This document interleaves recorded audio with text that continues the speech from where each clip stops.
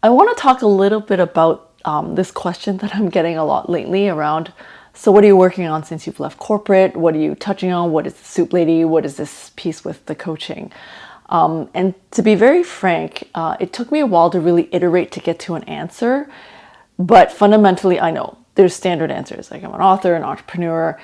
That's all of it. But the piece that I'm actually most passionate about, that I've actually just really narrowed down recently over the last few months of iterating myself, is around working with data, and especially data in conversation. So what this means is I love analyzing leaders' conversations. So people send me transcripts of their conversations with their teams, and we do a breakdown, essentially percentage of talk time, number of open or close-ended questions, the type of verbs that you're using. There is a range. Whether you're asking leading questions or not, actually a lot of leaders do.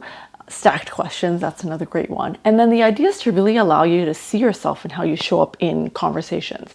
And is that the intention? And so how you ask questions, how you give a reply or make observations actually can create different types of outcomes, right? And so that's really what I've been working on, is actually building out a data schema or data sets of conversations. And that's what I love. And so at the end, fundamentally, I'm not really outward facing. That's not really, sales or marketing is not my thing. I'm not strong at it. And so I have outsourced where I'm weak. My strength is really in structure, in data, and engineering that type of conversation. And so I'm just being really honest about what I love doing and the angle and position that I've taken now in my businesses and my choice of work. And so two things I do want to share as a result of this post. The first is that I've learned is you want to sharpen your idea in the market and not in your mind. So I've always had an idea of how my business or how this work will show up as a product or service, but that's just existed in my head, right? And so this iteration over the last probably year has really refined to, I think I found it.